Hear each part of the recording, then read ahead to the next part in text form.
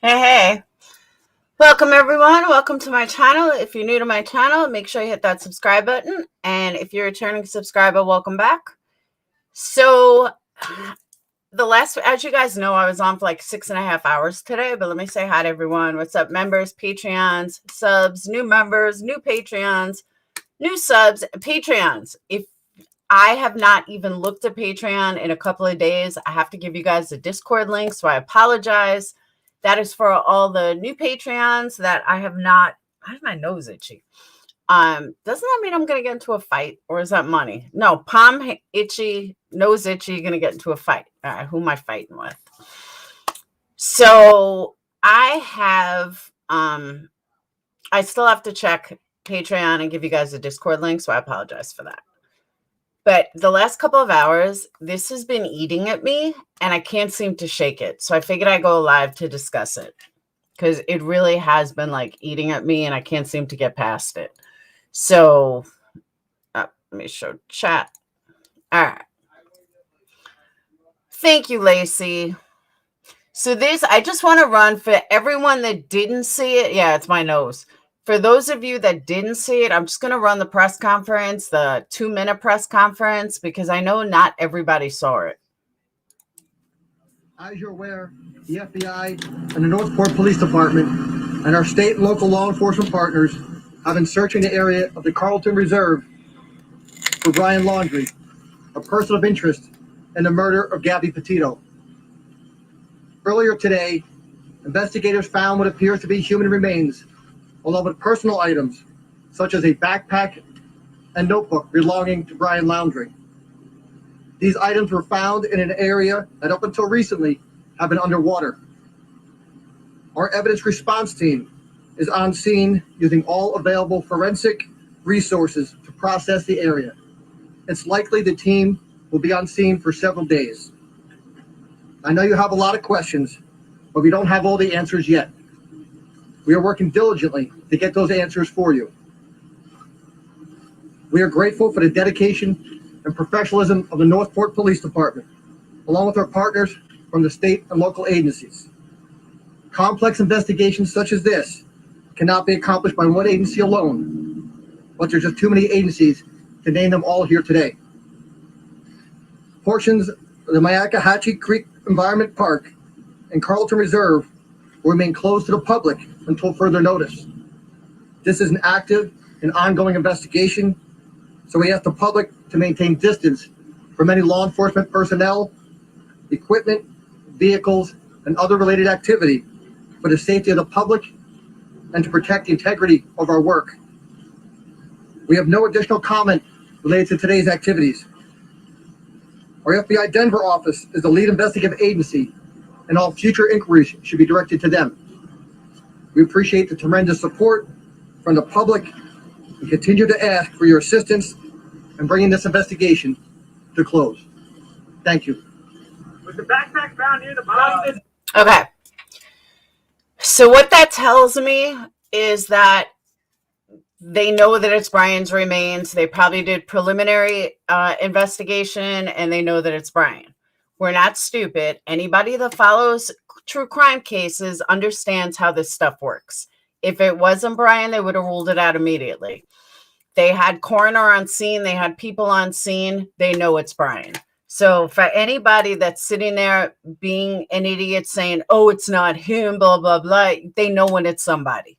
Kind of like the Xavier Harrison. Everyone, I was getting these hate comments left. You don't know if it's Xavier for sure. Yes, I did. And I was right. Just like I know this is Brian. And yes, I'm right. How do I know? Like I said, anybody that's followed this stuff knows they wouldn't have had a press conference if the preliminary reports didn't come back as Brian. What we don't know is we don't know what parts of Brian were found. Was it an arm? Was it a face? Was it his head? Was it a tooth? We don't know. We don't know if it was a leg, if it was a foot. We have no idea. So whatever they have was enough to call a coroner in, to call the ME in, to call in other investigators that would know, it's human remains. That's what the dogs were called in for. And also that it was obviously Brian, or they wouldn't have held a press conference saying it. So they would have automatically ruled out that it was Brian. They may not have been able to positively identify it was Brian 150%, but they most definitely could have ruled out that it was Brian, and they didn't. So again, anyone that's followed investigations knows that this was Brian, but they can't 100% confirm it. They probably don't have enough evidence yet. So that in itself leaves more questions than answers. Everybody keeps saying, and I really want to point this out, everybody keeps saying that Petito family won't have justice now, but they kind of do. It's a different type of justice, but like I said earlier, in case you missed my stream earlier, and this to me is very important. I go back to, and I hate to use him as an example or keep bringing him up, but I can't think of anything more dead on than Chris Watts. Do you think Shanann's family got justice? No. Do you think Shanann's family really wanted to deal with the bullshit that they had to hear every fucking day from, thank you, Vicky, from, what's his name? From that Kim person, or all these other people that put Chris on this, and Lana, like put Chris on this pedestal. Oh my God, he's so innocent, blah, blah, blah. You don't think the same thing would have happened with Brian? Oh, hell yeah. They would have gone through that tenfold. It may have been the same people fighting for Chris Watts, could have been fighting for Brian. There's no proof it was Brian that killed her, yada, yada, yada. You guys get where I'm going with it. So, honestly, to say that they didn't get justice knowing that he's dead, they kind of did in a different kind of way, because they no longer have to deal with looking at Brian every day. They no longer have to deal with facing Brian every day. They don't have to deal with a trial. Do they want answers? Of course they want answers. But even if Brian was alive, it doesn't mean they'd get the answers. Again, Chris Watts is alive. Shanann's family never got answers because Chris changed his story every other time he spoke. So to this day, they never got answers. Would they have liked answers and then he offed himself? Absolutely. But here's the thing too. We don't know if he offed himself. Maybe somebody killed him. Maybe somebody found him and killed him. We have no idea. It's easy to assume that he offed himself, but if they only found partial body, maybe they found a whole body. Kathy, these are your earrings, by the way. Kathy sent me these earrings. I was hoping she came in. So I found them today. I was like, I'm going to wear them. Hopefully Kathy will come in. And we just don't know if he offed himself. He could have been killed. Maybe Mr. Petito found him and blew him away. We don't know. So my point being is, it's very easy to say, thank you, Kathy. It's very easy to say, Brian should burn in hell and everything else. But his parents are still without a son. Cassie is still without a brother. Her kids are still without an uncle. And I go back to everybody stated for all intents and purposes that Brian was a good guy. Nobody saw any type of abuse in Brian. And I'm talking like her family. So on the outside, everybody thought Brian was a great guy. And maybe he was a great guy. Maybe he just lost his shit one day. Maybe the van trip was too much. I don't know. We don't know Brian and we don't know Gabby. So we don't know what really happened between them. But unfortunately, now they're both dead. And 6 parents will never get answers. And that's horrible. But I want everybody to just think for 1 minute, what if it was your kid? What if it was your kid that murdered somebody? You begged him to turn himself in. You thought he was going to, and then things drastically changed, and now he turns up dead, and you never get answers. Icarus, let me say this. I'm not saying you think Doug killed him. I'm not saying that he wasn't a coward. I'm not saying he didn't murder Gabby. I'm not saying that the parents deserve, rest in peace, Brian, because no, he doesn't. He murdered someone, but we don't know the circumstances, and that doesn't take away the fact that that is their son. And because we don't know what happened between them, we don't know what was said, we don't know what they know, leaves a lot more questions than answers. Now, my biggest thing, we know next to nothing, exactly. Here, it totally Chris Watts' fault. Hey, Sarah. Sarah, you got me these earrings too. Let me also say this, that is not popular belief either. I don't agree with going to the family after today. I don't. And I tried calling Molly a couple of times. She didn't answer, but I'm very dead set against what's going on at the house tonight. I don't know what you want from the parents. Let them mourn their son. And I'm not saying this to Molly. I'm saying to all the protesters, let them mourn their son. Again, we don't know what they know. We don't know what happened between them. We don't know anything. And we may never know. But at the end of the day, they still lost their son. And that has to be remembered. If they came out. Now, the other thing is, too, they can be charged. Even if he's dead, they can still be charged. A lot of people don't realize that. A lot of people think no matter what, they can't be charged. And that's not true. That's a good one, Manifest. I like that. I gotta highlight that. And thank you. I like that. And that'll be interesting to see. Yeah, she leaves in the morning. That'll be interesting to see the timeline of when he died. Yeah, the parents can be charged still. A lot of people think they can't. They can. Hold on. I actually just saw it. Okay. So, hold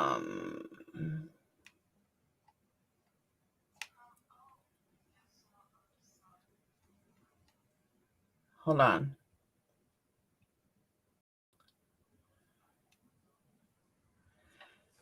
Okay. Today also, Richard Stafford, who's a lawyer for the Petito family, said that he had just returned to his office from court and hadn't yet absorbed the news. That's all he said. When asked whether Brian's body had been found by police, Laundrie family attorney Bertolino said no comment. Chris and Roberta Laundrie went to the Myakkahatchee Creek Environmental Park this morning to search for Brian. The FBI and NPPD were informed last night of Brian's parents' intentions, and they met Chris and Roberta this morning after a brief search off a trail that Brian frequented. Okay, see, now here's the third story in this, that the FBI and the NPPD, Northport Police Department, were informed last night of Brian's parents' intentions, and they met Chris and Roberta there this morning after a brief search off a trail that Brian frequented. Then some articles belonging to Brian were found. So that's kind of the third story that we heard. Hey, Joe, that's actually the third story we heard on this whole debacle. Joe, if you want a link, let me know. Let's see. Okay, Bertolino, lawyer representing Brian Laundrie's parents, has told Insider that they are being tortured inside their own home by protesters outside as the public continues to linger around their property during the search for their fugitive son. Bertolino added that Chris and Laundrie are being followed when performing tasks like food shopping, and all of the foregoing is occurring when they have no idea whether their son is alive or not. That was seen today. Yeah, no cursing. Joe, you'd be proud of me. I did not curse last night on a stream with like 3,000 people. I did not curse. I did good. Where was it? Second tense. Human remains. Okay. Authorities have said the partial human remains found were in an area previously underwater, so it was completely underwater. Joe, would you take a link? Because I do have a couple of questions about today, so I would love for you to take a link from a cop perspective, not from a lawyer perspective, from a cop perspective. Okay, good.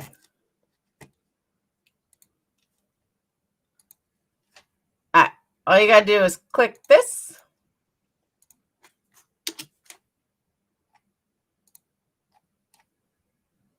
Oh. Okay. I'm running simultaneously on here, I believe, Twitter and Twitch. Thank you, Kevin. I did. Oh, Kevin, you were there last night, you know? I did good. I tried really hard.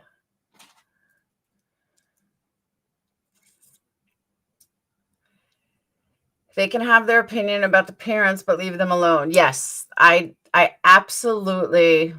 The FBI said human remains, correct. Which, that's why they brought in the dogs. They had to because of the dogs. Thank you, White Lotus. Could David Dog pick up BL in the water? Maybe not. Did you see how high that grass was? That grass was high. You wouldn't see something in there. FBI special agent did not take questions. All right. They joined the search. Hey, Daria, I'll tell you privately, I don't want to say, because there were like over 3,000 people in chat and not one person knew me and there were no haters. I don't want to give it out and then I'll have haters, but I will totally tell you privately. Patreons, I'll tell you guys privately. Waist deep grass. I agree. Welcome, Sarah. Or I should say welcome back. Doug was closer than he thought. Was he not close? No, he was totally way off. Way off. So it was a very respectful live. I agree with that. Nothing you guys would ever expect me to be on. I'll tell you that much. All right, let me find. Okay. Dog was way off. Joe, did you get the link?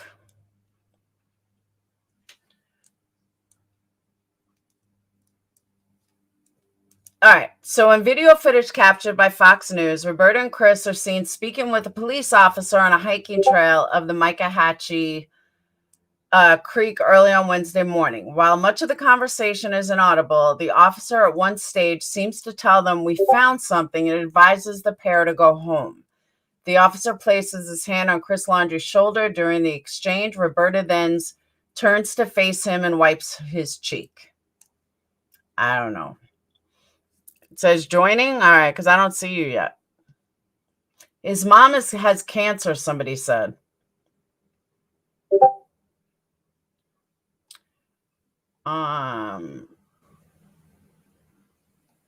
Okay. Can Bryant's parents be investigated? if Brian is dead, News Nation anchor said they believe police could look into the alleged involvement of his parents in the case. If you are guilty of obstruction of justice, it doesn't matter if the people you are obstructing justice regarding are dead.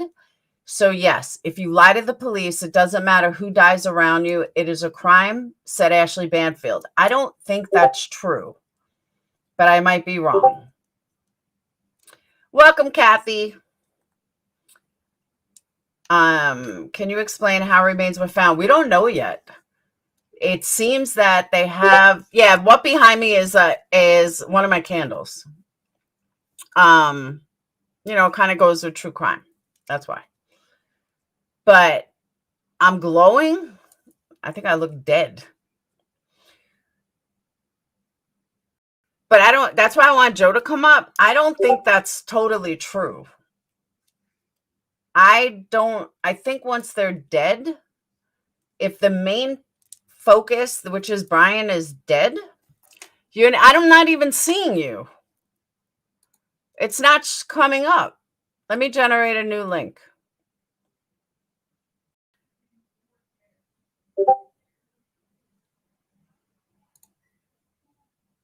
All right.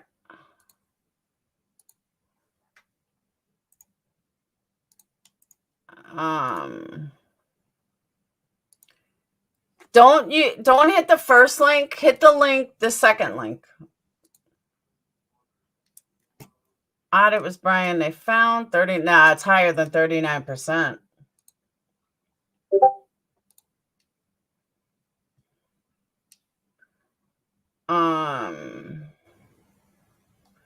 Yeah, it's not even coming up that you're showing. Try hitting it again. See what happens. We aren't debating tonight. No, I have a couple of questions for him. There we go. You on? What's up? I think I made it. I'm on. You're loud though. It's echoing. Oh, sorry. I know you're good. What's up, Joe? Oh, how you doing, Laura? How you doing? Busy day today. Busy day. I hear ya. So for those of you guys that aren't familiar with the sexy man, he's an attorney and he's also a former police officer. You can catch him often on Police Off the Cuff or Duty Ron. He's also my member and my friend. And welcome, Joe Murray. Hey, what's up, Joe? I love it. Thanks for having me. Crazy news today, right? What's going on in the chat here? Everyone talking about it? Yes. I was live for about 6 hours today, covering the whole thing. And there's so many more questions than answers. Yeah. And a lot of the conspiracy theory is that they planted evidence. They all of a sudden show up they open up the reserve yesterday. They show up and boom, they find Brian and his belongings. That does leave some questions. I mean, remember that the parents said all along where he was.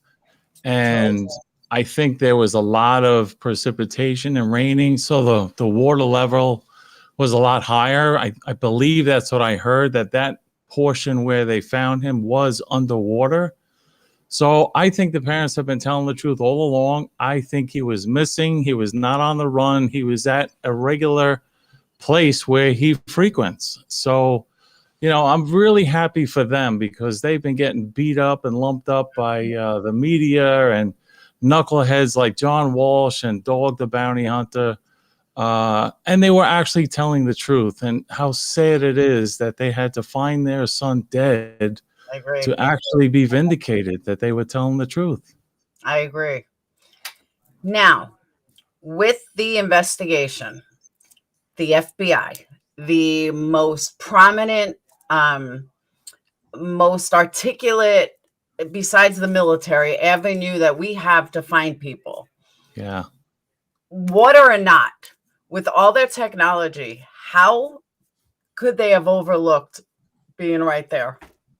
See, I think the problem is he probably was dead for a while, unfortunately, because, with all the technology they have with infrared, they would sense the heat and find them. So I think he may have been dead for a while. We'll see.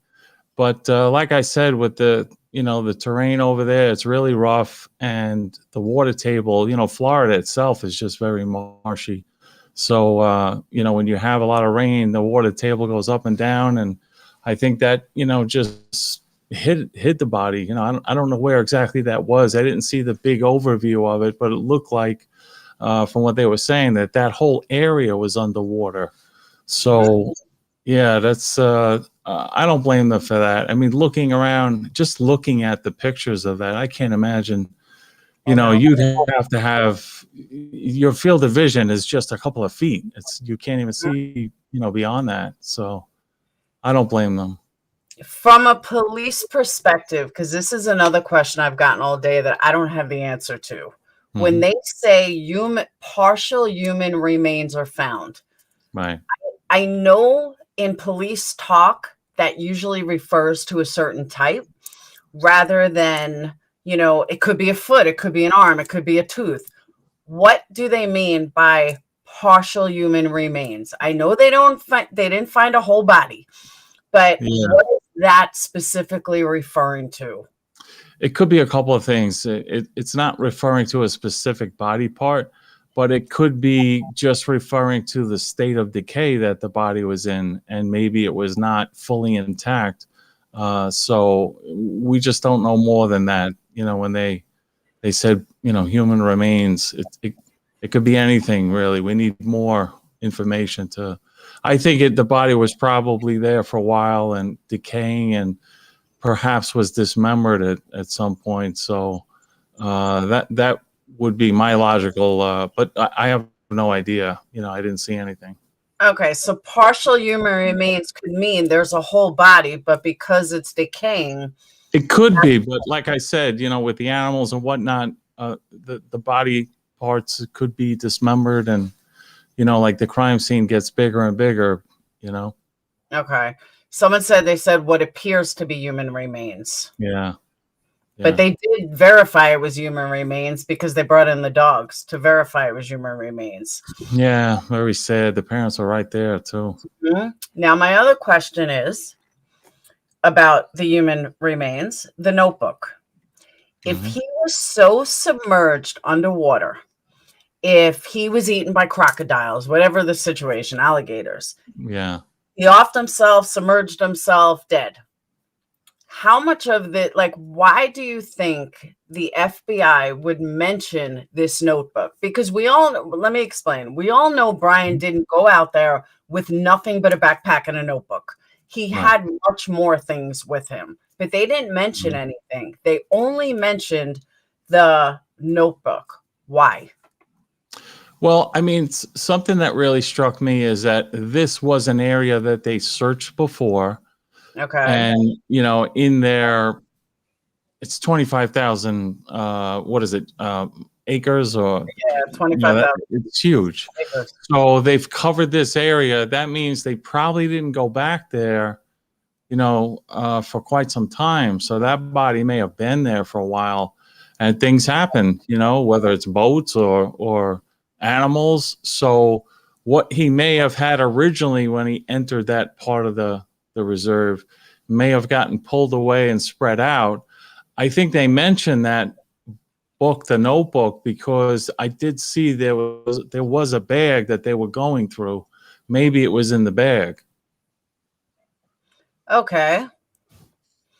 But why mention the notebook more than anything else? Yeah, I don't know. It does seem odd to me that they would, specify a notebook without, itemizing whatever else was in the bag. If you're going to say a notebook, say what the notebook is, Okay.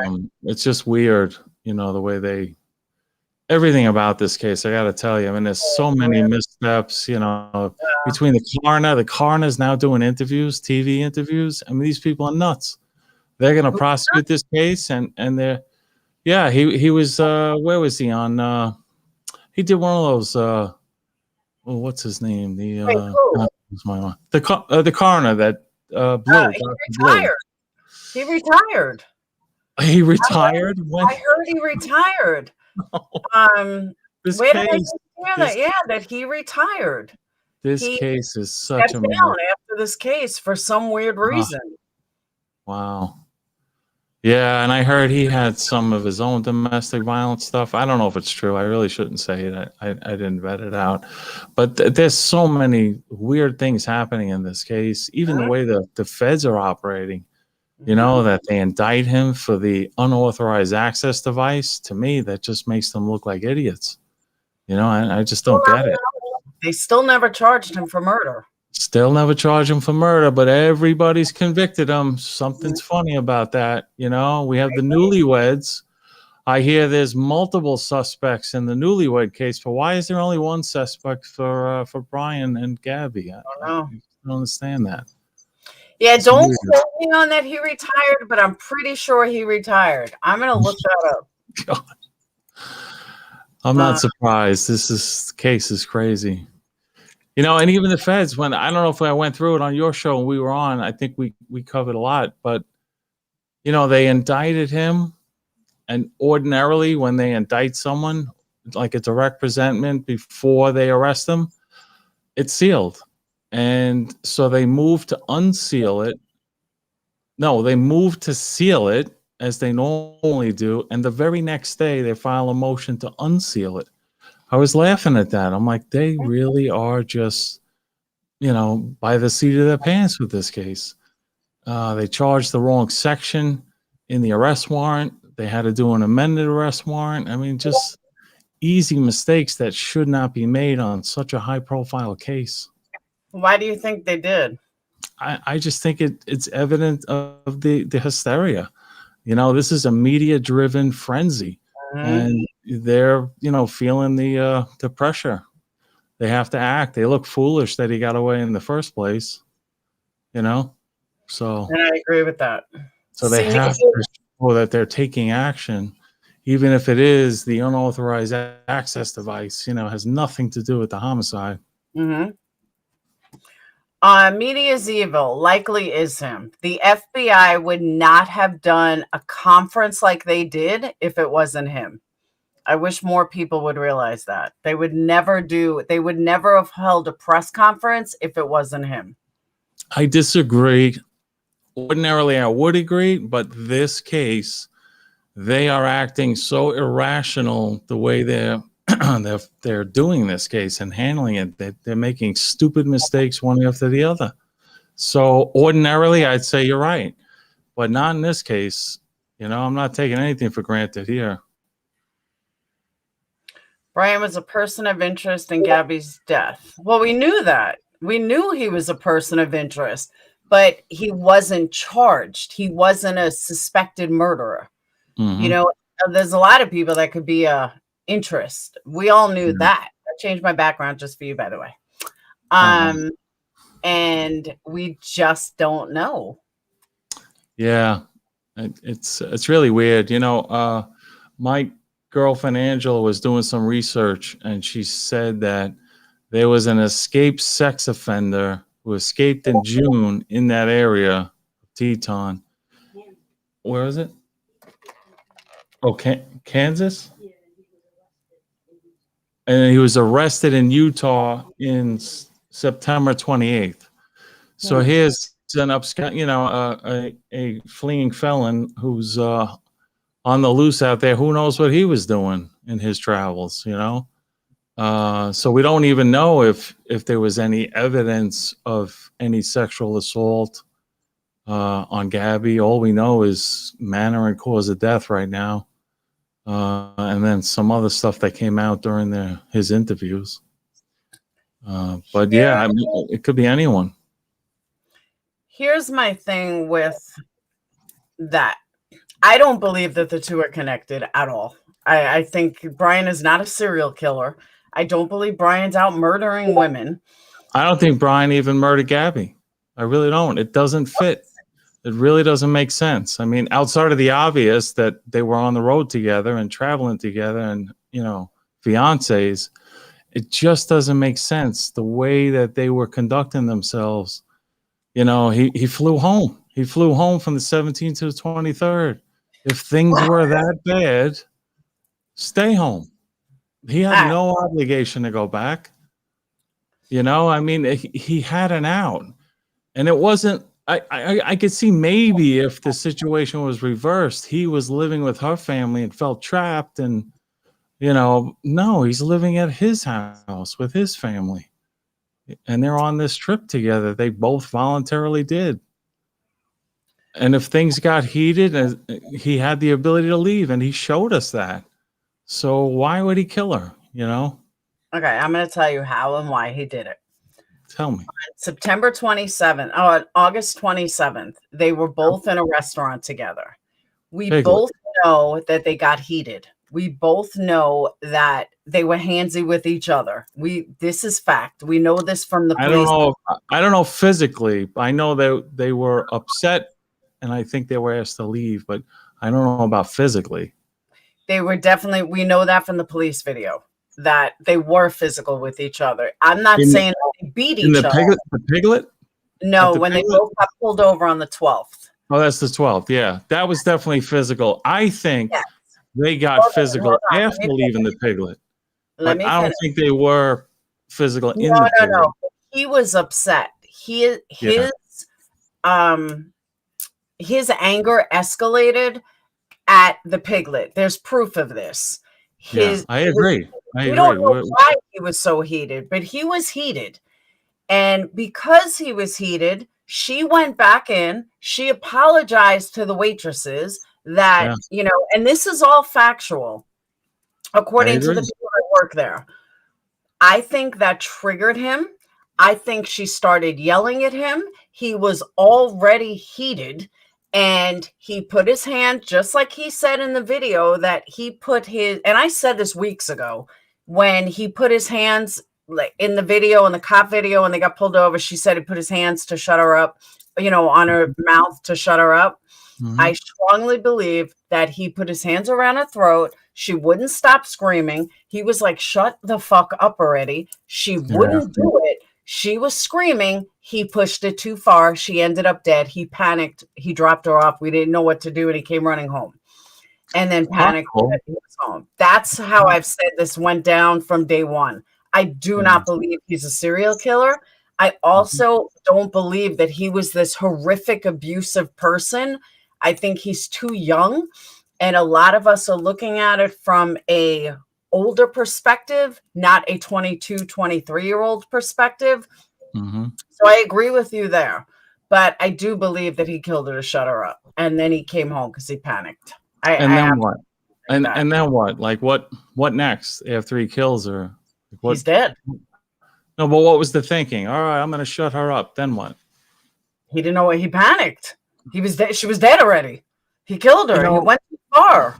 The best predictor of future conduct is past conduct. Mm-hmm. Look at what they did on the 12th.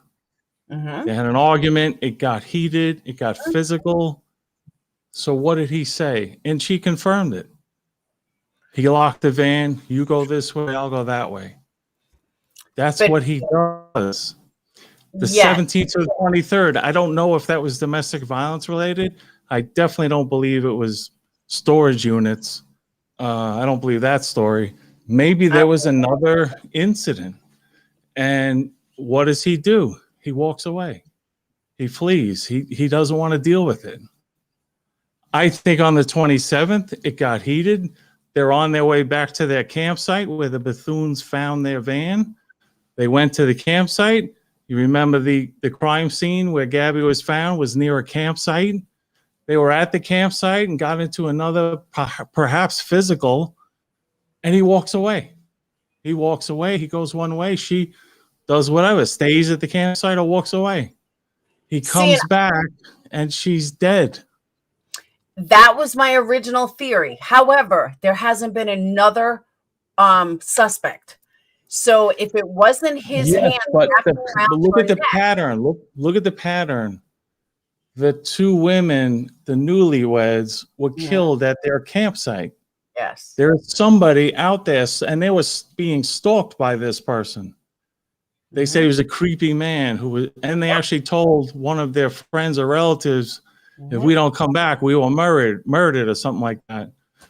I believe this is the MO of that guy, stalking these women perhaps was at that campsite, saw Brian left, and she's alone, and stepped in and did what he does. I mean, it's possible. I'm not saying it, for sure, but I'm not ready to close the book on Brian. And I agree with you 150% up until they never looked. The coroner did not say that, it wasn't Brian's hands. It was possible that it wasn't Brian. The cops, the coroner, everybody made you think that Brian was the only suspect and that Brian was the only person of interest. So I'm assuming they said that because Brian is the only person of interest. If he was, he would have been charged already. I'm convinced of that. He would have been charged. If they were so sure it was him, indict him. It's the easiest thing to do, especially in the federal system. The federal government supersedes their indictments on a regular basis. You're lucky if you have the same indictment from beginning to end in a federal case. So they haven't charged him.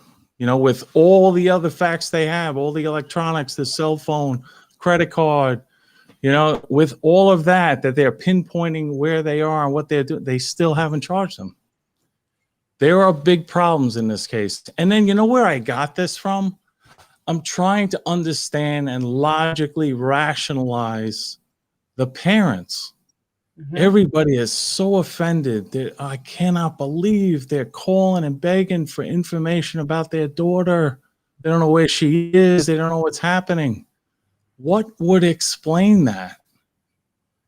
They already knew she was dead because he calls them and says, holy shit, I walk back here and I find her dead.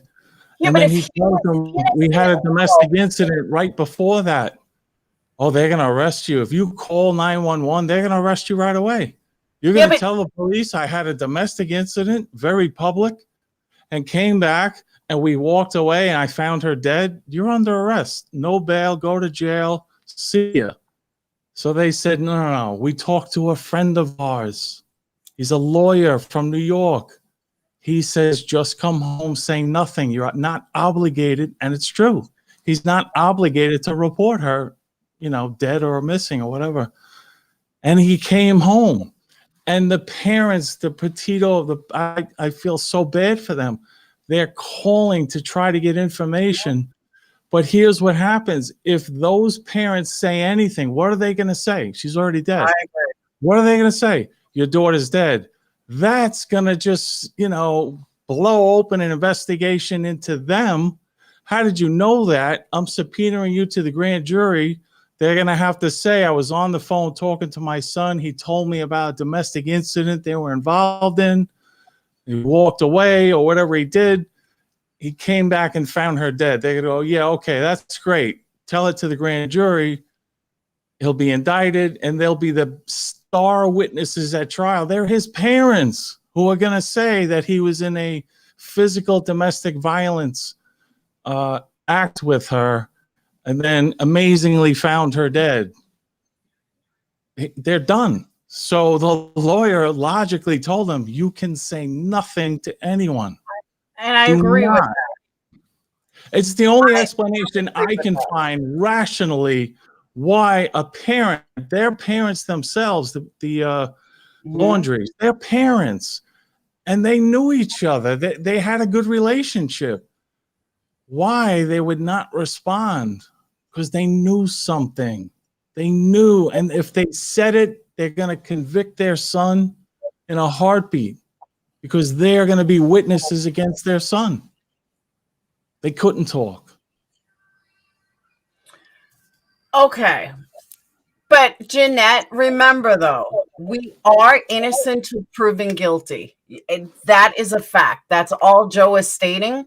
That let me make it clear. I don't have any proof of this. I'm just looking at the known facts and trying to find something that makes sense. Because it doesn't make sense that the Laundries would not share information to the Petitos unless the information was your daughter's dead. which they can't share because they're now witnesses, Mm-hmm. because they heard somebody tell them that, and they'll have to testify to that. It's the only thing that makes sense. Now, whether or not he killed her or someone else killed her, I'm just looking at him and her. You know, she had 4 parents. She had 4 very, I would say, good parents, you know, that naturally she had a relationship with.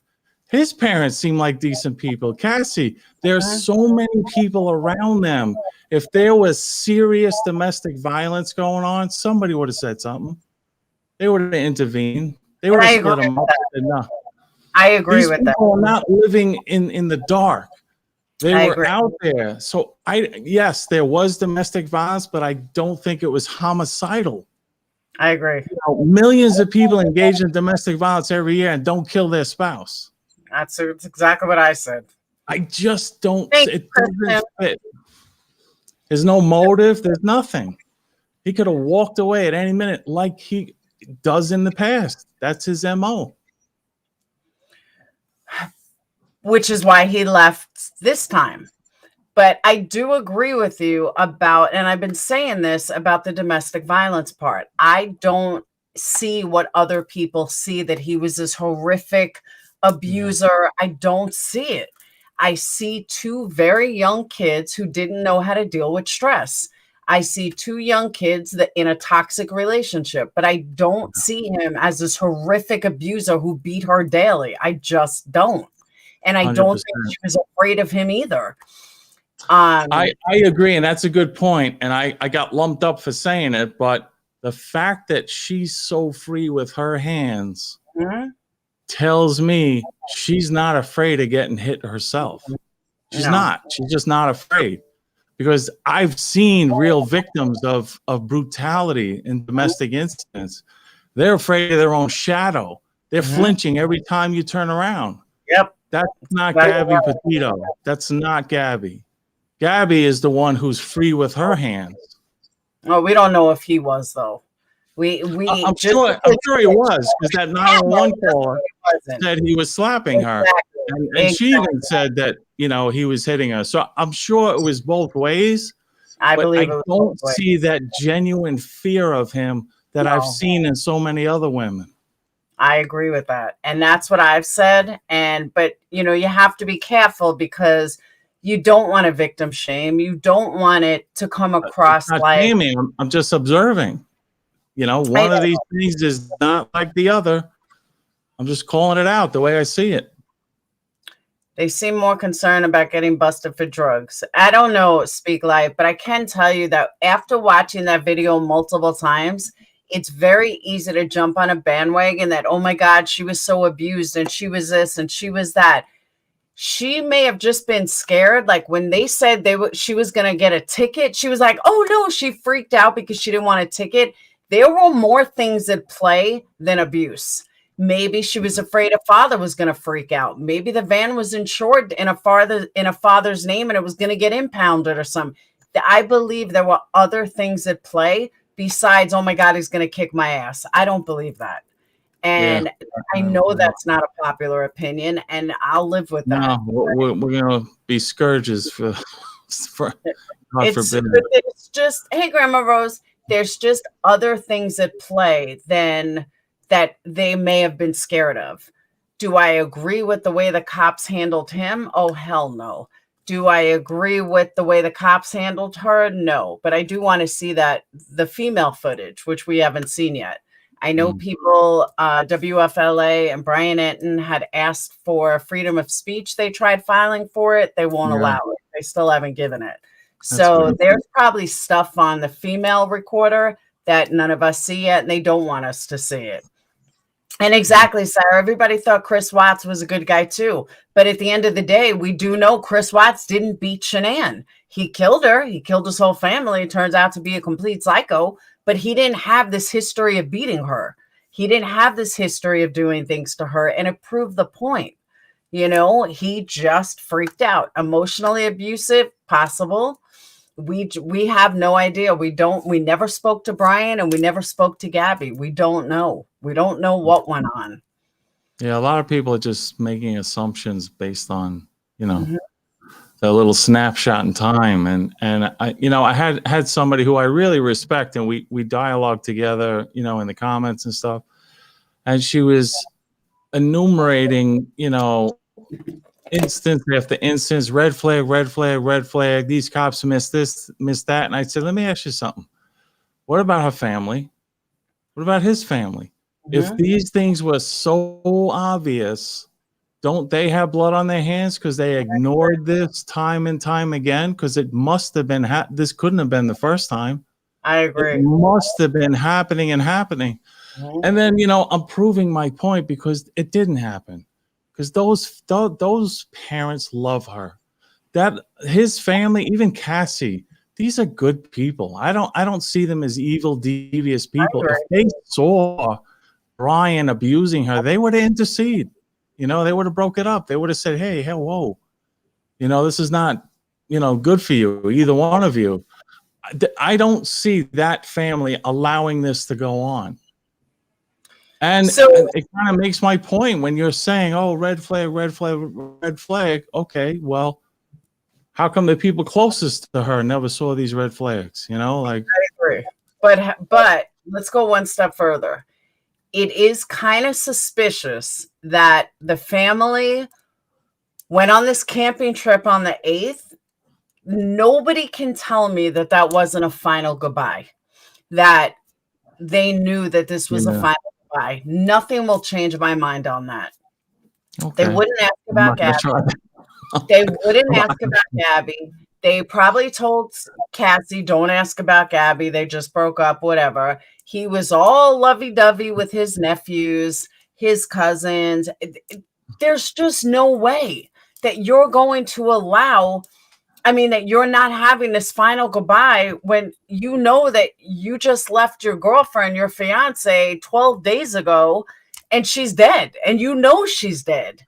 Here's There's how no great way minds think alike. Great that minds think alike, right? And I'm going to show you how. I agree with you 100%, except for when you say that wasn't a final goodbye. I'm sure you're implying that he was going to run. Is yes. that what you're saying? Yeah, I disagree. I don't think it was he was going to run. I think in light of the gravity of the situation, knowing what they're up against, they retain this lawyer and he's telling them, giving them the bad news. You are the guilty person. Everything points to you. You're going to eventually be arrested. We're going to have to fight this case. He was made aware that he could possibly spend the rest of his life in prison or be put to death. I guarantee you that. So Yeah, when but you say this is the goodbye trip, yeah, this could be the last days that I'm going to have my son in my arms to spend time with.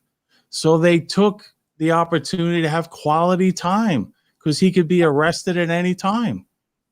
I but agree with you, the goodbye trip, but not because he's fleeing. How far did he get? He's right where they said he was.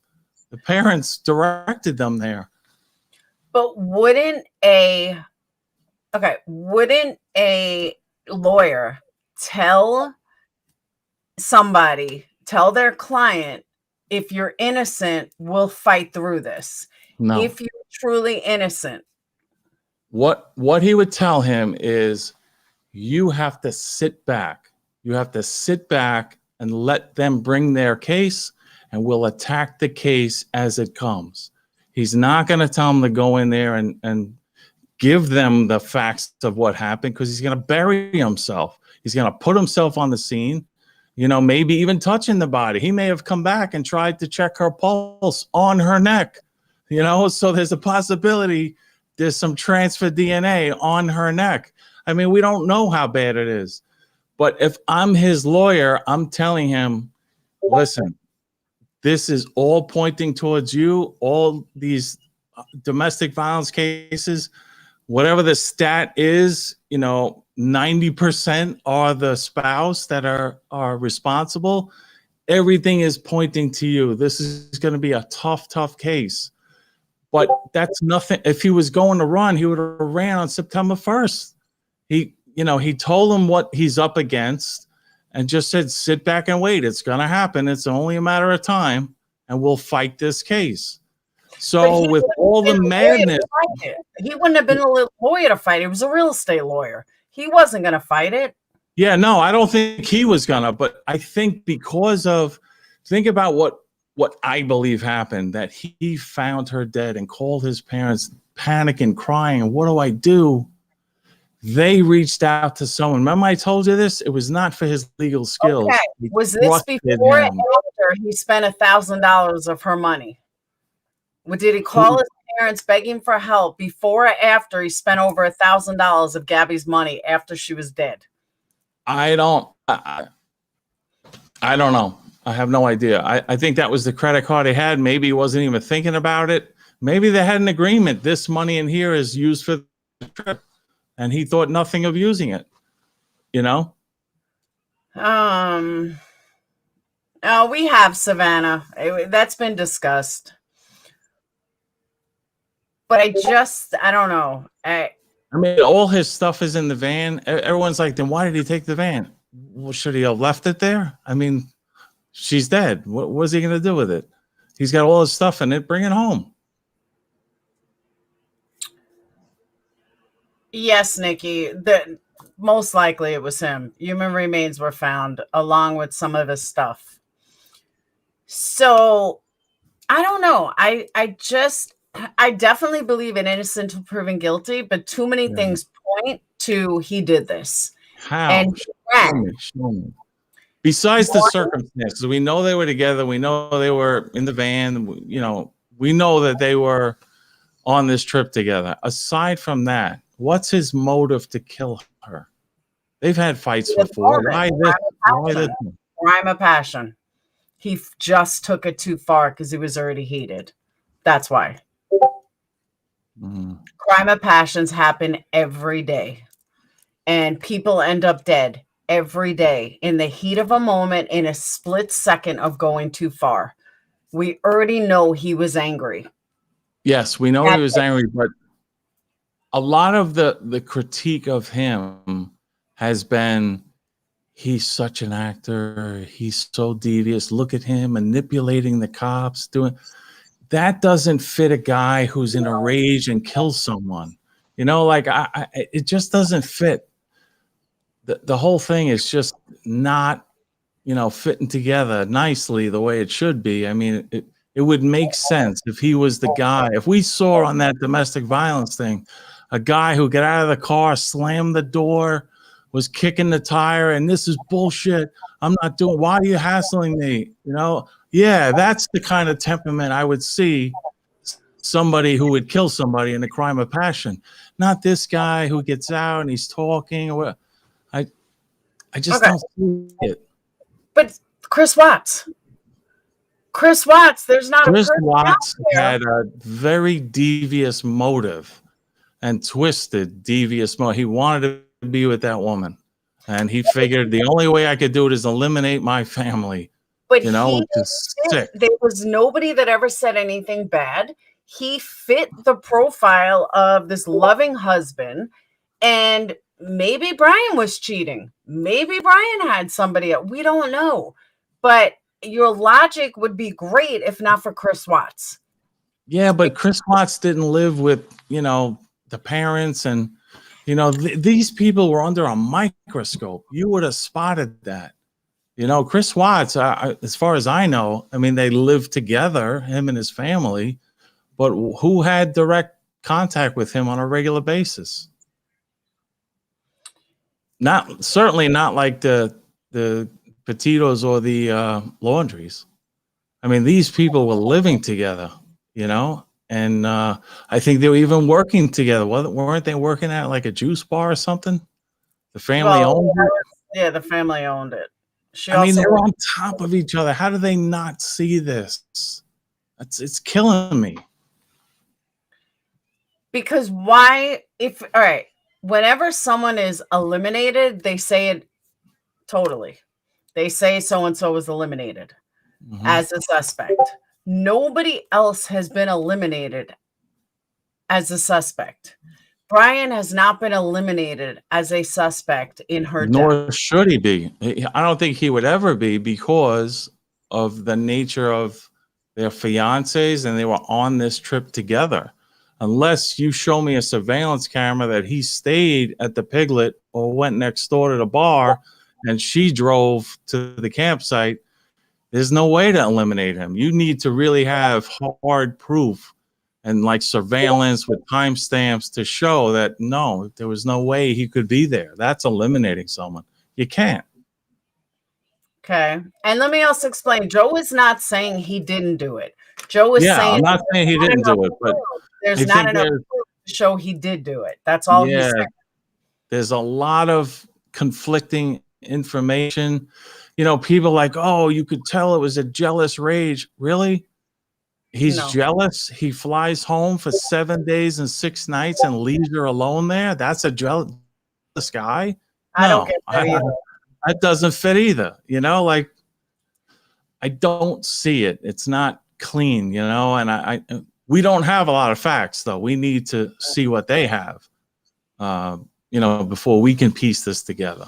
And I do agree. I'm willing to bet he's guilty too, especially the way he's acted. At the same time, it is innocent until proven guilty. And if it was our kid, we'd want innocent until proven guilty. We wouldn't want an entire nation, you know, convicting our kid before anything is proven.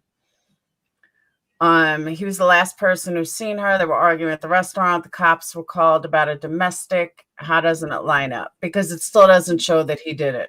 Because there are millions of domestic violence acts that happen every day in this country, and they all don't end in homicide. You can't just say because they had a domestic incident, he must have killed her. You need a lot more than that. Yes, I agree with you, Denise. Her friends have stated that he was jealous and controlling, but all that happened after she was dead. How come they didn't say anything prior?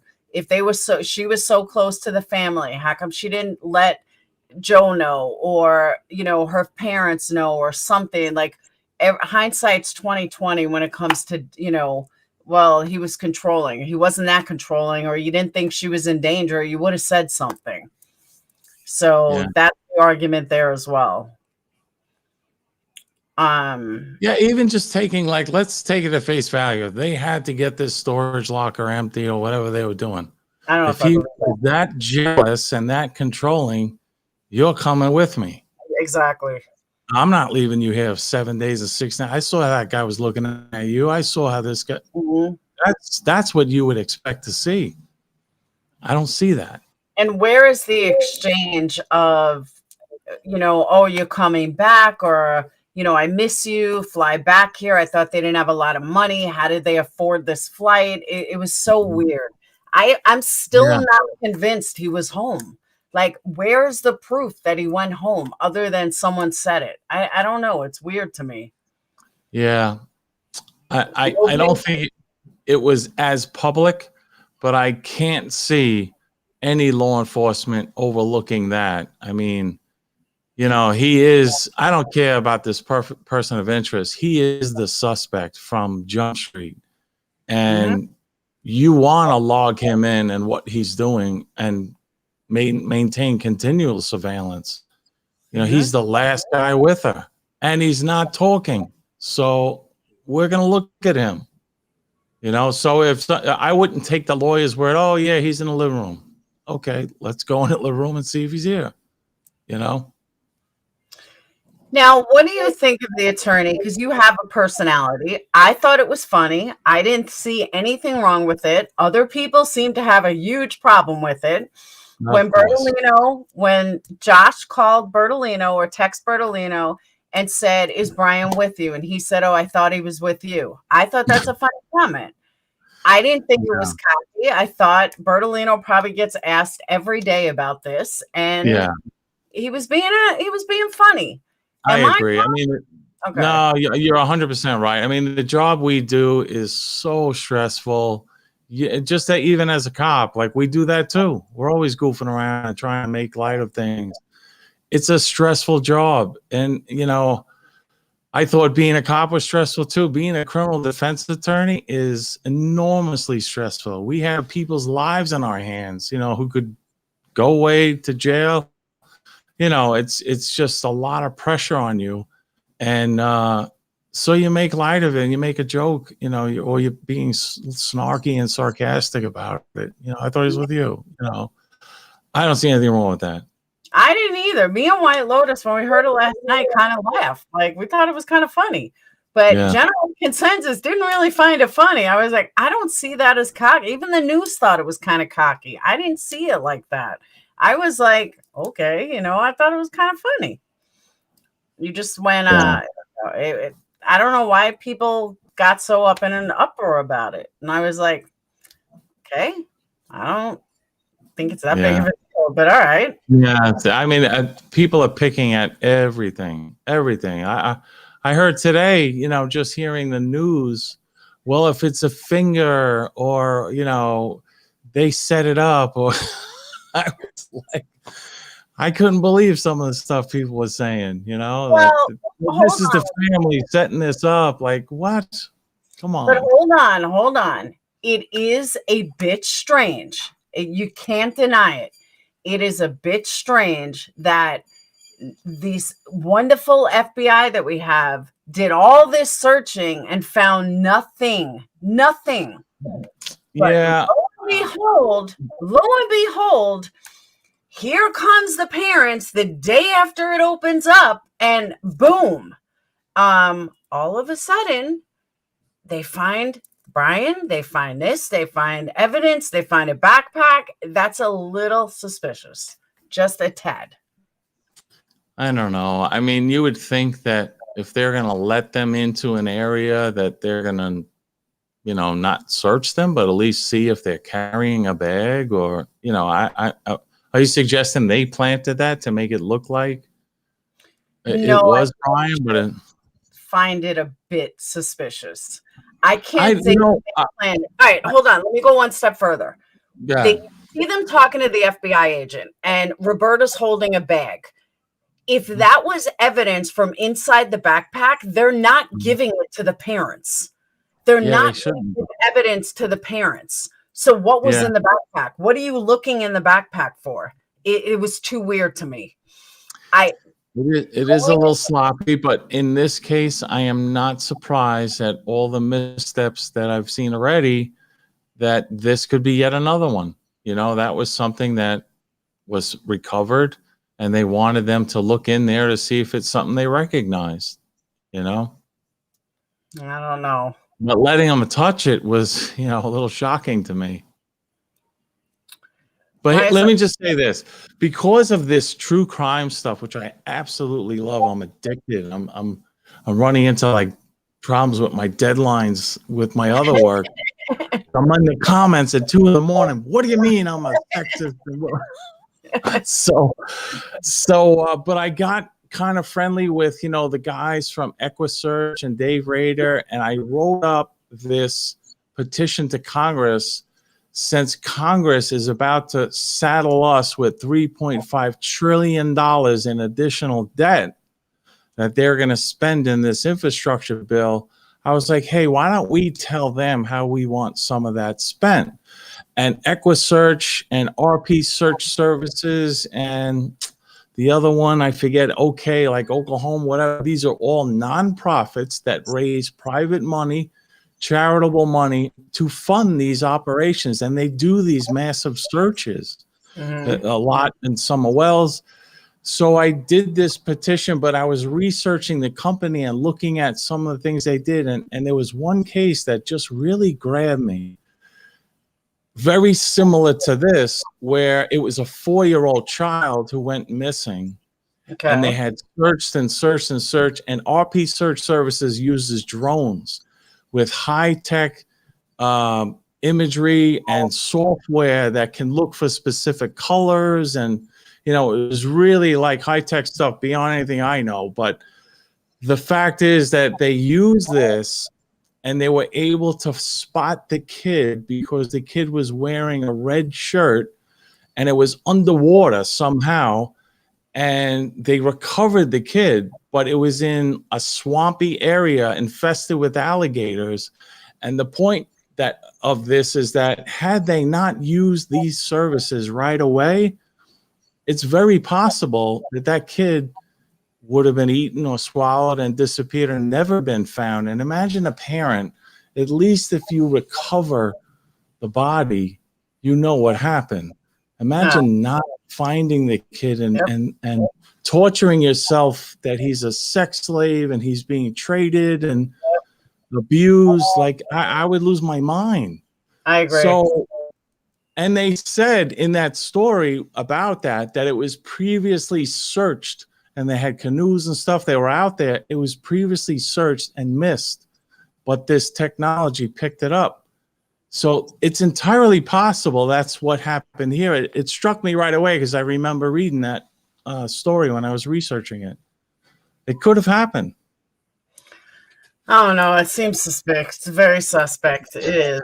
And I'm not saying they planted anything. Whoa. Just it's too obvious that all of a sudden they come out there the day after it's open and they happen to find everything.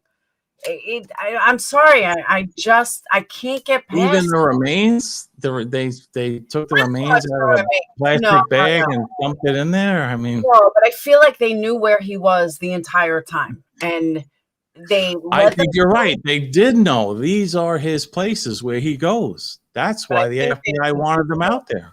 I think they knew he was dead. That's why they never looked for him. That's why, for whatever reason, maybe when they went to pick up the car, they knew he was dead.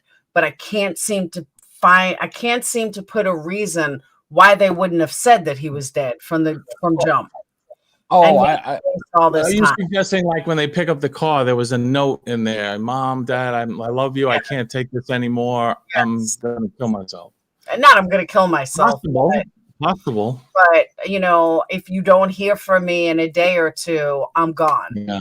And maybe they took that as I'm going to this, pass over here under the thing, told them where he's going to be. You can find me here, but, it's entirely possible. Not so much that where you can find me, but if you don't hear from me in 2 or 3 days, I just want you to know that I'm gone. And maybe they took that as he's gone, like he took off, he went somewhere, or they knew that meant he killed himself. But I mean, they waited a couple of days. Just I don't know. And if they were able to find him instantly today, why couldn't they find him instantly when they picked up the car? But wait, do we know for a fact, because I've heard it both ways, that the FBI called them to that location or that they called the FBI to that location? I've heard it both ways as well. I'm not sure. Yeah. I don't know. That's an answer I've been trying to find all day, because Bertolino originally said that they went out there and found evidence. Then they met the FBI. Then I heard that the FBI found stuff and then called the parents. But they called the FBI last night and said they were going out there this morning. So they had already told the FBI last night that they were going out this morning. So I don't know. You just don't know. Yeah. There's so many different stories about it. I actually feel that this vindicates the parents. The people have thought so horribly of the parents because they didn't talk to the Petitos. I kind of get why they wouldn't if they knew about her being dead. First of all, you can't do anything for her. She's dead. And second of all, if I say anything, I'm automatically going to make my son a suspect, because how else would I know? So she had to say nothing. The parents had to say nothing. So, okay, everyone hates him for that. But now, they were telling the truth. He did leave. He did go. He didn't run away. He's not in Cuba, Mexico, or Canada. He's here where we told you he was. And we got concerned, maybe because they got that note or they found it later. And they got concerned and they called it in and brought down the massive search looking for him. And what did they found him where she said, her and her husband said he goes. I think it vindicates the parents, and I'm so glad for that. Sadly, it had to be at the expense of finding their son dead. It's tragic. I agree. I definitely agree. It's tragic. It's sad. It's horrible. And Both of unfortunately, these young people, 22 and 23, right? yep, Both of them dead. yep. That's what I said. And parents Unbelievable. are left without answers. The only And good you thing, know, the problem is, I'm sorry, I keep interrupting you, but the problem is we have to learn from this. But all I hear is those damn cops didn't know what they were doing. Like, you know, the obvious, the cops saw them for an hour, didn't know them beforehand or afterwards. They saw them for an hour and had to make this determination about their dynamics of the relationship, investigate a crime, do a primary aggressor analysis, all while they're lying to you, both of them. And we're going to blame them for what happened when everyone in her life and his life had a bird's eye view to what was going on and said nothing. all right, That's what we need to learn. let me ask you this. Yes. Assuming that it's Brian that they found, Okay. do you think Brian killed himself or do you think somebody killed Brian? I never thought, you know, early on when he went missing, but everyone thought he was fleeing, a lot of people were saying, oh, he's going to kill himself. He's going to kill. I never thought him the type to kill himself. You know, he just seemed to love himself too much. You know, I don't think he had it in him to actually kill himself, you know? So something may have happened. You know, I'm not even ruling out that somebody ran into him. That's that Brian Laundrie. Yeah, that's what I said too. Yeah, I don't. I think that's an investigation that has to happen anyway, regardless. You know. But I said the same thing. That now my sources that were there said that there was a gun next to the body. Nobody's confirmed that yet, but that's what they heard on site. That there was a gun next to the body. And that would make sense to me that somebody is going on the run. They're going to have a gun with them. They just are. You're not going to go out into the wilderness without a gun.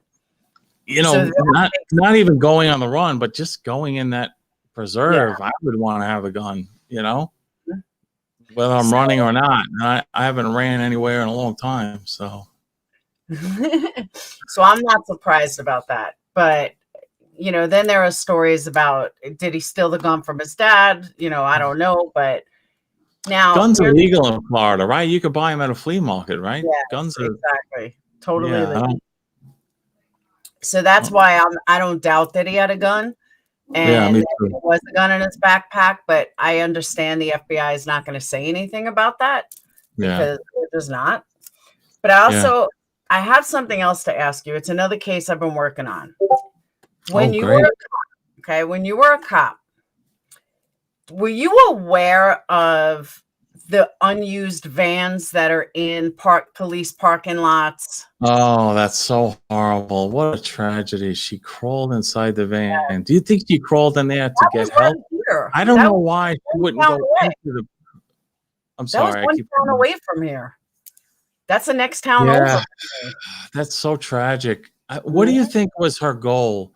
Was she trying to get help or just shelter? Let me get inside this van. Because she could have walked to the precinct. That's open 24 hours a day if she needed help. I've had people do that. You know, I remember as a young cop when crack was really going crazy, we had a woman knock on the door and it was snowing and blizzarding and she opens her hand. She's got all these crack vials. She goes, I want to sell these. It was a cry for help. It was a cry for help.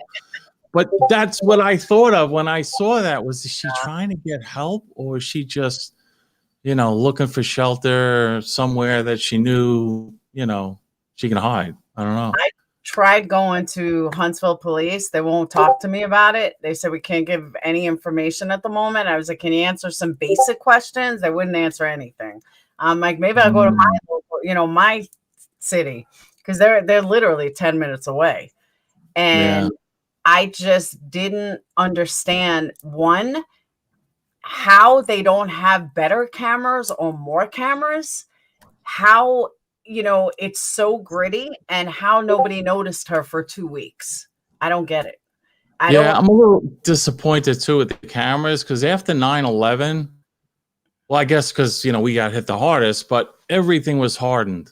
Like we had more tighter security, better cameras. We just did because we were attacked so terribly. And I thought that was kind of universal, where everybody kind of, hardened their cities and different areas, protected them, at least the precinct. Not here. And there's such a thing called station house security. There are actually cops assigned to maintain the security of the building. You either go outside, you walk the perimeter, you have cameras, you monitor the cameras. Mm-hmm. So it's a little disappointing that they didn't pick up on that. But yeah, I agree. The cameras quality didn't look too good either. No. And now the person that did find her kind of walked by the van and discovered it. Must have been the stench, like she was there for a couple of weeks. Her shoes were on the bottom. So for those of you that have no idea what we're talking about, this girl named Christine Nance from Huntsville, Alabama, she was high, I guess. We don't really know her situation, but she is a drug addict. That we do know. She crawled into the back of an unused police van in a police parking lot and got stuck in there for 2 weeks and was found 2 weeks later. The story is nobody knows how nobody found her, how nobody saw her, and why nobody was monitoring the cameras that were right there. None of it made sense. So that's what we're discussing. And you can look up. It's called, her name is Christina Nance, N-I-N-C-E. N-A-N-C-E. And the real tragedy, which I think they're going to pay dearly in a lawsuit, is police vehicles, especially this one, they indicated that the child locks were on. So you can't get out once you're in, which is very dangerous. The doors were unlocked. And during the press conference, the cop admitted, yes, they should have been locked and they weren't. I was like, well, you just bought yourself a major lawsuit. I don't know why you just did that. I mean, you still have the windows. I don't know if they were electric or cranks, but they're windows.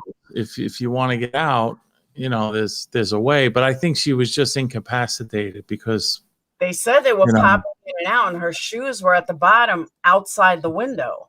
But for 2 weeks, nobody driving by saw it. That's weird. How do you not see it? I just don't get it. I didn't know if you heard about the case or not. It's crazy. Yeah, no, I heard the case. I looked at the video. It looked like a big parking lot. So I don't know, is it a frequently trafficked area? It looked like that van was back to the back of the lot. Usually you keep the vehicles used the most right closest to the front door, because cops are lazy. We don't want to walk, so we park on the sidewalk or right, because only just switching shifts. It's not staying there, So the cars used regularly are right up at the front door. I didn't understand. I tried asking when I went to the front, like, how come the cameras aren't better? Why isn't somebody monitoring the cameras? Like we're defunding the police. That's why. Because they took $1 billion. That we're defunding the police. They took $1 billion out of the NYPD budget already. $1 billion to defund the police. It's amazing. That's crazy. Yeah. Crazy. So does everyone have any questions for Joe? I know some of you were turning over and some of you agreed with him. Oh, I get beat up and lumped up everywhere I go. But, I just want to paint that picture that everyone is so sure they did it, except the people that have to prosecute them. They're not sure. I mean, they did it. I'm talking about the parents committing aiding and abetting or harboring a fugitive. And Brian actually committing the murder. Everybody's so sure of this, but except the government who's charged with prosecuting them. I agree. So let's look at a possible alternative. Is it possible, that something else may have happened, Absolutely. There's a lot of things that just don't fit. Like this isn't really, but it's not diving. This is why I told you I don't believe in circumstantial evidence. And you sat there and fought with me. And I said, no, I want no. Circumstantial evidence is so powerful. But circumstantial evidence shows Brian killed Gabby. Plain and simple. Yeah, it's very powerful. I mean, just take like an obvious thing, like the fugitive, right? I mean, he was in the house and this guy breaks in and kills his wife, but he's there and they have a cell phone and like everything kind of fit that it was him. That's circumstantial evidence, but it's not conclusive. It doesn't rule out everything. Hold on. Monkey's mama said, I respect Joe so much. Please tell him thank you and much love and respect. Oh, so that's nice. Anything Very is nice. possible. I agree. Anything is possible. And we have such little information in an investigation like this. There's probably other witnesses who decided not to go on YouTube and talk about what they saw, but we don't know. We don't know what they have or who they have.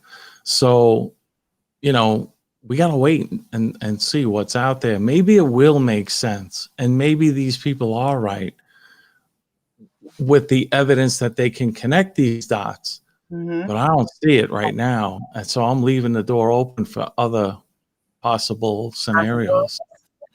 Now, I know we discussed it briefly before, but I see somebody keep talking about it and I'm highly against it.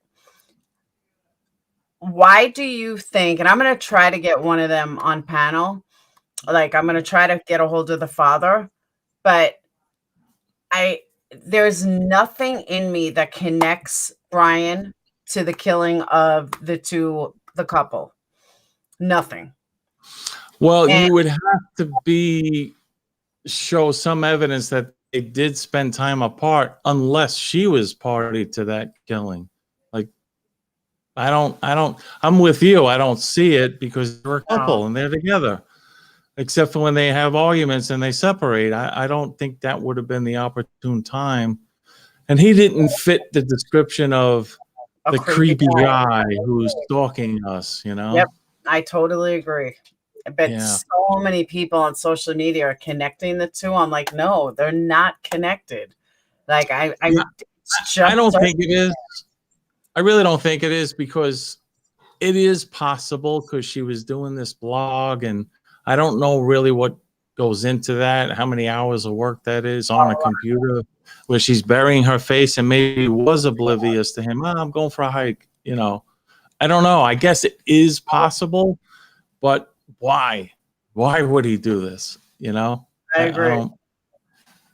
That doesn't fit either. I don't. And like I said last night, 88% of Moab is Mormons. Mormons don't like lesbians. There's somebody who's probably in love with Kylan, found out she's a lesbian. They were naked from the waist down. That's not Brian. Like, it's just not Brian. It's not his MO. It's not his personality. Like, he didn't go on a tangent, just murder people. It's just weird. You know, there's also Wyoming is like a state where they have one of the highest people going missing, like per capita. There's not a lot of people there anyway, but a lot of people go missing there, which is kind of weird. And, you know, they seem to be finding remains, you know, periodically of people. So I don't know. There's something going on there. Now, Kirsten, I want to get a hold of him. I'd like to interview him. I saw him on ICML and I'd like to interview him. Who's that? Degenerate, the father, Kylan's dad. He's done a lot of interviews. I just haven't gotten a hold of him yet. Heart Shaped Box says you're handsome. So this man is handsome. A creepy degenerate did it. I agree with that, Denise. 100% agree with it. Maybe whoever killed the women came across Gabby alone. Well, that's what Joe's saying.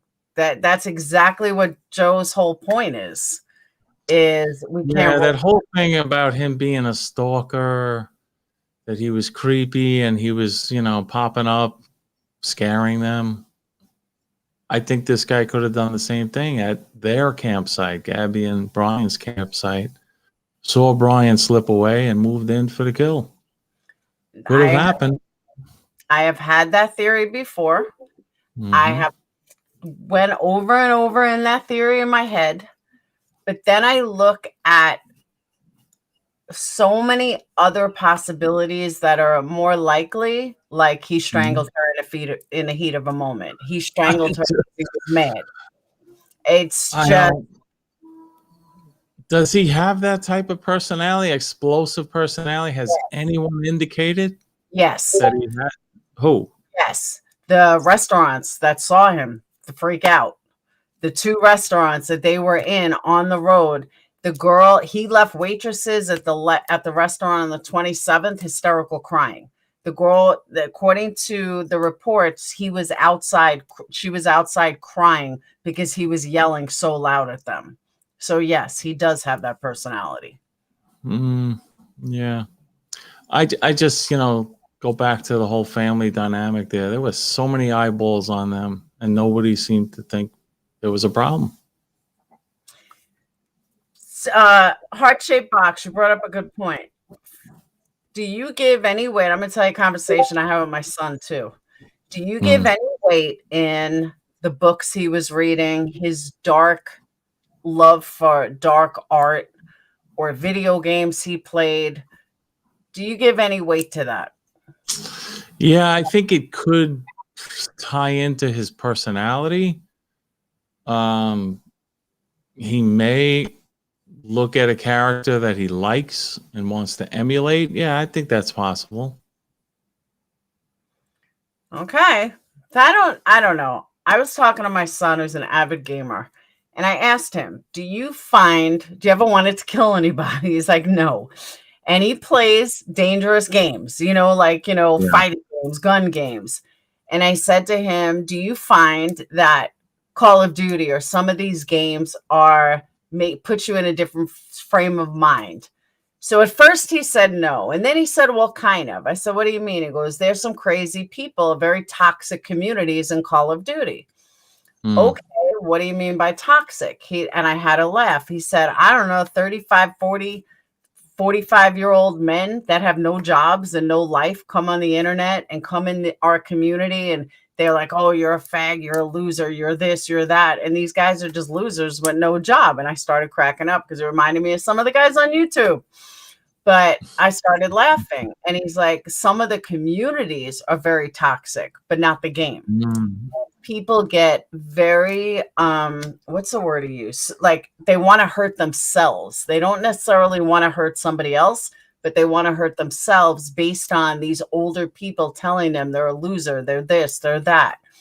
And I said, how do you know they're older? He's like, you can tell by their voices that they're like, 35, 40, sometimes 80. I said, I don't know if they're 80. He said, but that's how the communities are. It's some of the reason I stopped playing, because they just make you feel so bad about yourself that you don't even want to play the game anymore. Okay, Yeah. I can understand that. I could see that. How old is he? He's 14, almost 14. Yeah. I do think all this violence has a big impact on, our culture. Kids are exposed to it at such young ages and such violence. Look at this Squid Game. You see that thing on Netflix, Squid Game? No, I haven't watched that. Is it good? I was good to watch it, but it just didn't look good. Like it's so brutal. But is it good? Is it real? Is it real? No, there are actors. No, they're actors. No, the game I'm sure is not real, because it started out with 456 people, and 455 of them were killed, and the remaining guy who survived got all the money at the end. Which it was just a survival game. Whoever survives wins. Okay.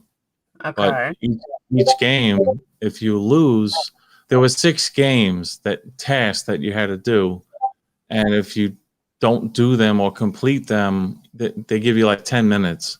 Like the first one was red light, green light. You ever play that as a kid? Red light, green light, 1, 2, 3, and you turn around, you got to stop. Well, when the doll turned around, if you were still moving, they had snipers just shoot you and kill you. and you'd be dead right next to the person who's, you know, frozen trying to play this game. So it was really brutal. Yeah, I don't know. And now all these kids are exposed to this stuff. It was bad. So a lot of this was real brutal executions. Like the next game, I think, was they made these like cookies that there was like a figure, and they had to take a needle and cut out this, you know, the borders of it and pull it out from the rest. It was like a round cookie, and they had to get like a triangle out of it. And if you crack the cookie, you lose. And they would just walk up to the guy and just blow his head off, blood and everything. You know, like it was execution. It was just so brutal. It's got to have an effect on, you know, kids and, you know, the violence like that. I don't know, but a lot of people saying their kids play Call of Duty, and they're all complaining about the community. It's bad, but I didn't know it was that bad. But I'm glad he's smart enough to not play it. See that? That's tribute to you. Are you watching Ordinary Joe at all on NBC? Do you watch Ordinary Joe on NBC? No. You gotta watch it. It's a great show. Yeah. I think you like it. Yeah, it's really good. Really good. Cool. It's about different.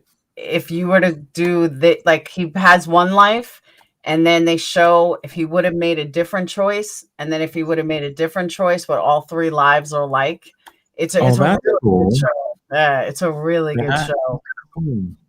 And it makes you think, you know, well, what would have happened if I married this one instead of that one? Or if I went on a date with that one? And, you know, one avenue is if I go with my parents to dinner, then I'm going to become a cop, and I'm, you know, going to go that route. Another one is I'm not going to be a cop. I'm going to be a doctor. Last one is I'm going to be a rock star. It's a really good show.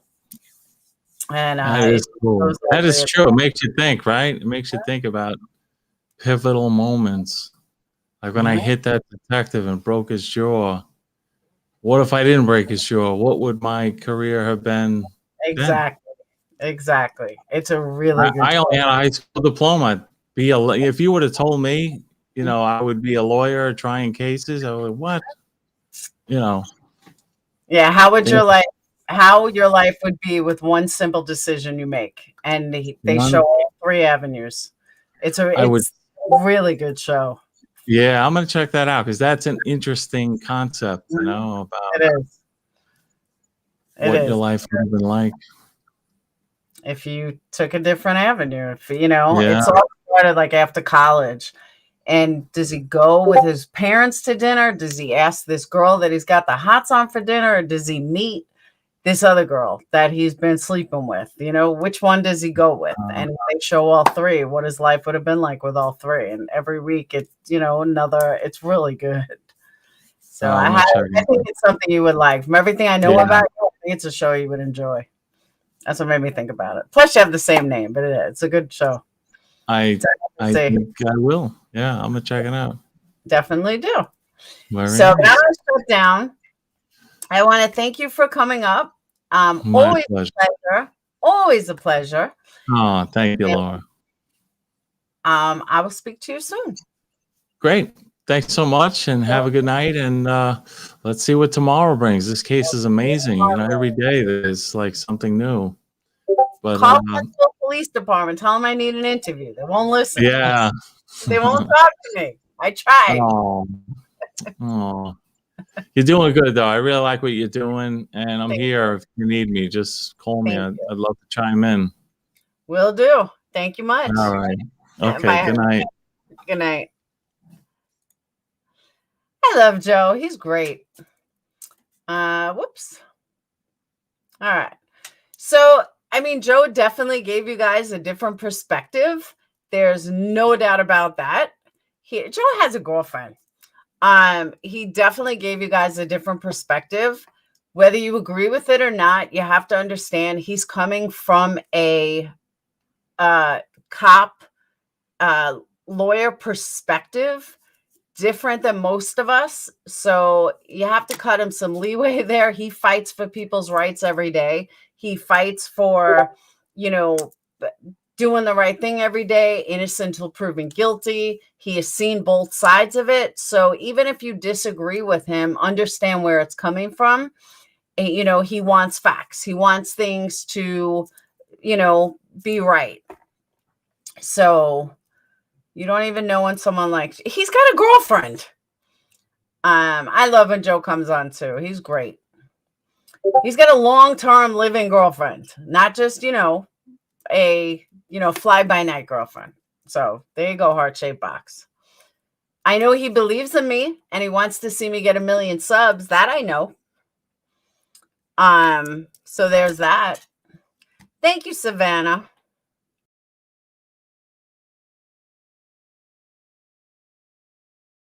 I'm not in the algorithm, and I'm convinced it's because of the strikes that Chris gave me. You know, Chris McDonough. I got 2 strikes because of his bullshit. And I'm telling you, that's why I'm not in the algorithm. I have checked the algorithm. Everyone says half the time they don't even get notifications. So I'm like, whatever. So as soon as those strikes get removed, maybe then I can get back in the algorithm. Love hearing his perspective. He is a good man. I disagree with him, but I totally respect his perspective. I don't think you go live. I go live every day. What do you mean I don't go live enough? I've been live every day. How do I not go live enough? Next time, put in the heading, Joe Murray. I need to watch the whole replay. Will do. I'm going to change it right now. Hold on.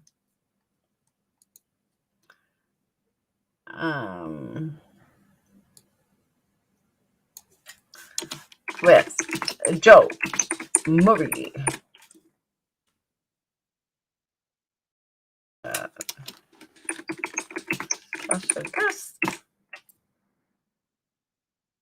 There you go. Changed. If she went live anymore, she'd be on camera 24/7. Yeah, no joke. See, no notification either. I'm telling you, I'm not in the algorithm at all. I see all these channels with like 3,000, 2,000 people. I'm like, what am I doing wrong? These people don't even offer anything like I do. They don't even offer, you know, alternatives, or I just don't get it. I don't get notifications until you're done streaming. See? Did you start your lives with the same channel every time? Yes. When you run multiple sites. Yes. The only difference is I run, like this time, they now added Twitter to Melon app. So I don't know how you can go live on Twitter, but it was added. So let me check.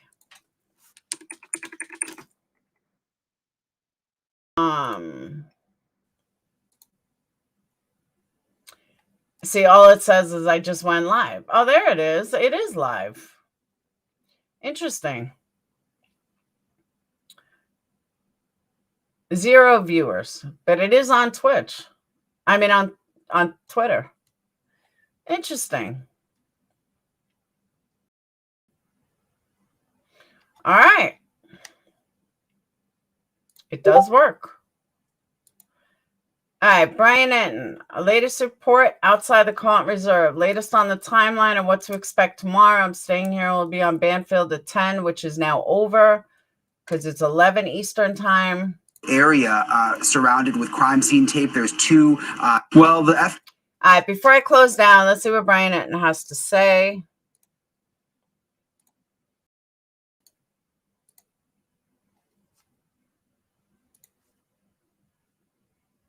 FBI said in that very, very short press conference where they didn't take any questions that they expected to be here for several days. We could tell from the aerial video today that they've got quite a large area surrounded with crime scene tape. There's 2 different tents that they have up in that area.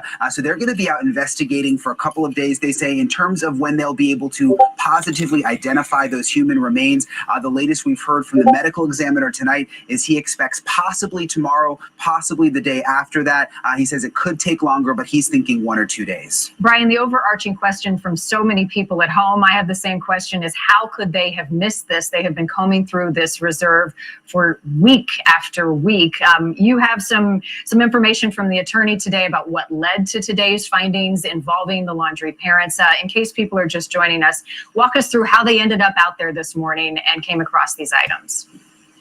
Yes, as a matter of fact, I heard last night or today, you have to hit the thumbs up to get in the algorithm, or thumbs down, doesn't matter.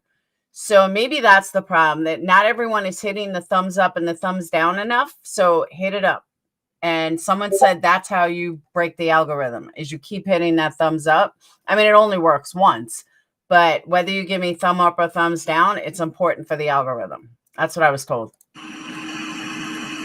So this is according to the Laundrie family attorney, Stephen Bertolino. He says yesterday his clients realized the reserve was back open and told him that they wanted to come out here and search for Brian. Mr. Bertolino says that he then called police and said Brian's parents, Chris and Roberta, will be at the reserve at 7 a.m. tomorrow, 7 a.m. this morning, and you can meet them out there. So Chris and Roberta, according to the attorney, show up out here. They rendezvous with the police. They go to one of the areas that Brian used to hike quite a bit.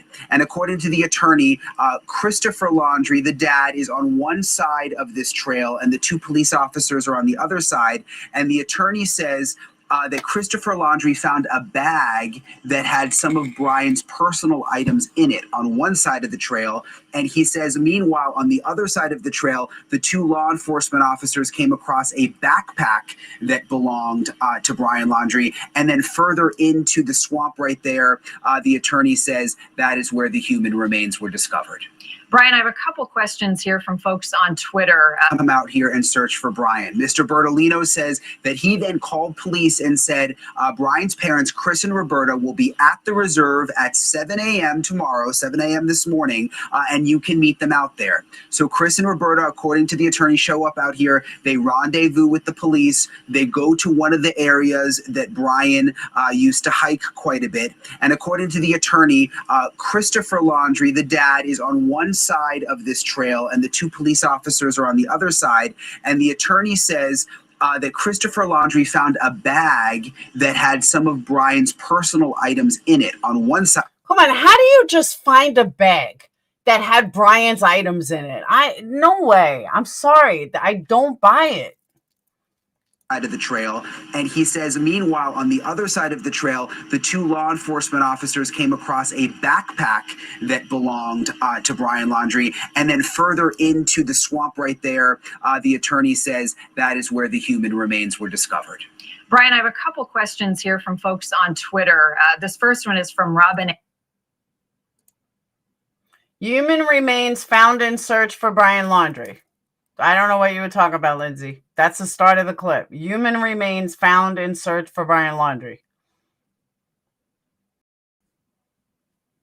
And further into the swamp right there, the attorney says that is where the human remains were discovered. Brian, I have a couple questions here from folks on Twitter. This first one is from Robin Ann. She says, was it the parents that actually found these remains backpack? Will they be questioned now as to why they suddenly wanted to search and within minutes found belongings? They also want to know, why were they at AT&T yesterday, and was it possible they hadn't heard from Brian and they're trying to track the location? What can you tell us? Okay, so a couple parts to that question. First of all, we know they were at AT&T yesterday. They went to the AT&T store in Sarasota. They were inside for about 20 minutes. Why they went, what they purchased, we don't know. In terms of the part of the question, did they find the body? According to the lawyer, no. It was the police officers that found the backpack and then the human remains off of the trail. Brian, I have another question. This is from Sherry tonight. She said, did the parents leave their house any time between the park being open to the public and them openly leaving their home to go search for their missing son? Yes, yesterday morning, we know they left for 4 to 5 hours. They went several places. It is one of their longest journeys since all of this began, leaving the house. They went to Walmart. They went to the AT&T store, as I just mentioned. They went to the bank, and they went to a FedEx store. So that was about 4 or 5 hours yesterday morning. They went back to the house, and then it was this morning when they came out to the reserve and these discoveries were made. And we assume back at their house tonight. Brian Ensign. Yeah, Lindsay, nothing was shown.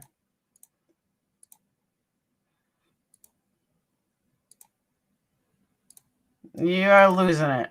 They never said anything of the sort.